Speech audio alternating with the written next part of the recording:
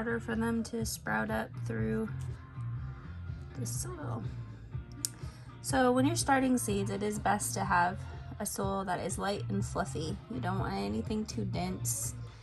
And again, you want to make sure that it is pretty sterile and that you're not introducing any kind of fungus or bacteria in there that could kill it. But see how my soil is pretty fluffy, and I can cover it up nicely. So it's all nice and covered up. Can't, that white stuff that you see in there, it kind of looks like styrofoam. It's actually perlite, and it helps to kind of put a filler in your soil to help keep it spongy and soft like that. So my broccoli, my cabbage, my Brussels sprouts, my lettuce, more cabbage, more lettuce, bunch of onions. I had just a little bit of rosemary left, and then all of these are my pansies. Hi, thanks for joining me today. If you're watching, I am in my greenhouse. Today is January the 15th, 2023, and I live in zone 7B. So my last frost date would be April the 20th, somewhere in there. So I am dabbling in some seed starting today. So like I said, we are 7B is our zone.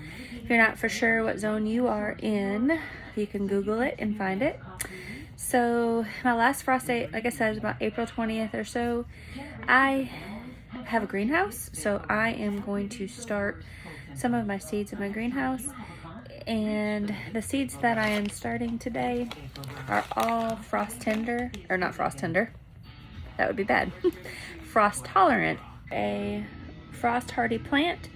And they are, you can start these, like I said, very early spring, because they are tolerant to frost. So I am starting them in my greenhouse, and I actually put about 20 or more of the seeds in my cell, and I'll show you that here in a minute. Like I said, Brussels sprouts I'm starting, and these like the soil to be about 40 degrees, and I am not the expert on Brussels sprouts, nor have I ever been successful with them. However, I'm trying them this year. Brussels sprouts, cabbage. This is something that you can do actually 6 to 8 weeks before your frost is starting them, and I realized that we are several months.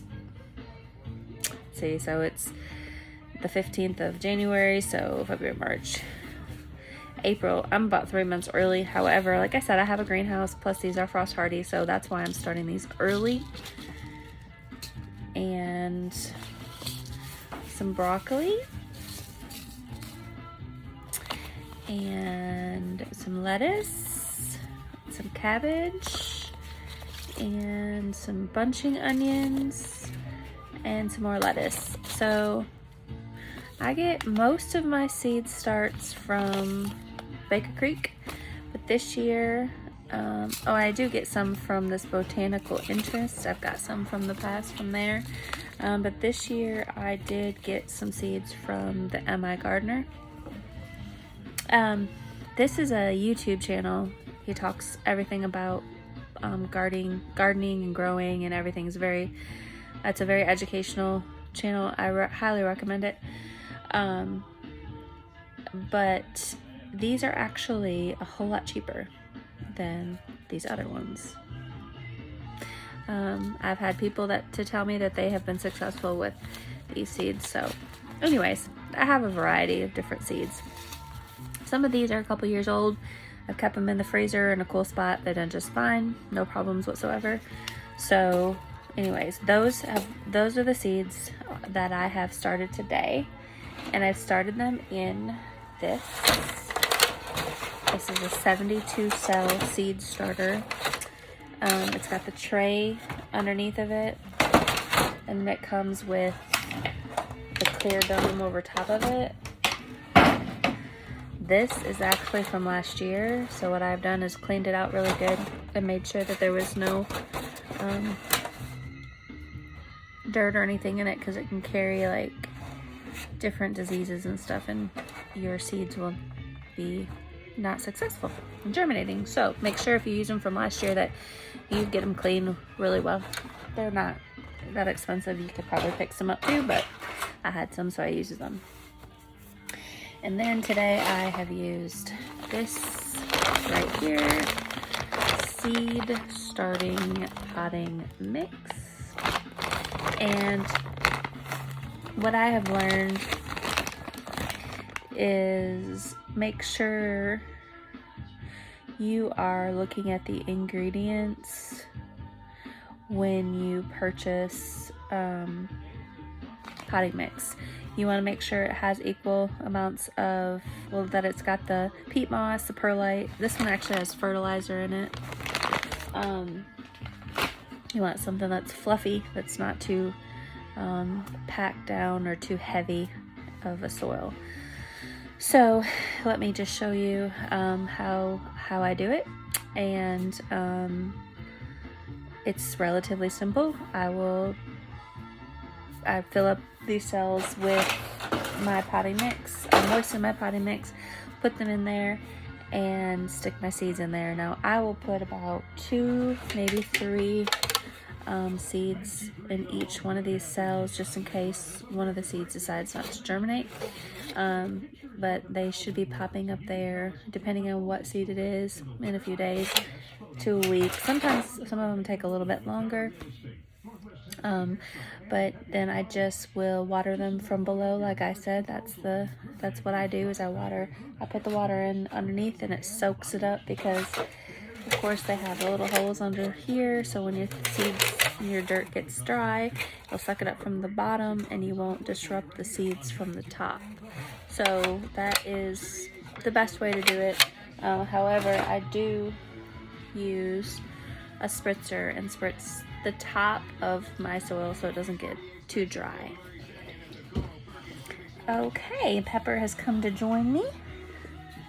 This is Pepper. Can you say hi? Pepper is our little new puppy that we got. Okay, let me show you what I've done did. Alright, so this is my seeds. I got them all in there. Got the water in. I got the dome on top of it to keep it protected from little rodents that might be in my greenhouse. And there it is.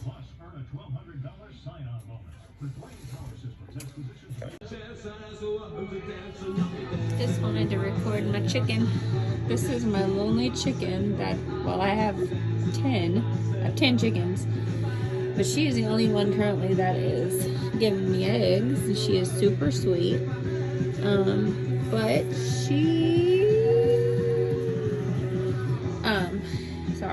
sorry about that. You go back down in there. Sorry.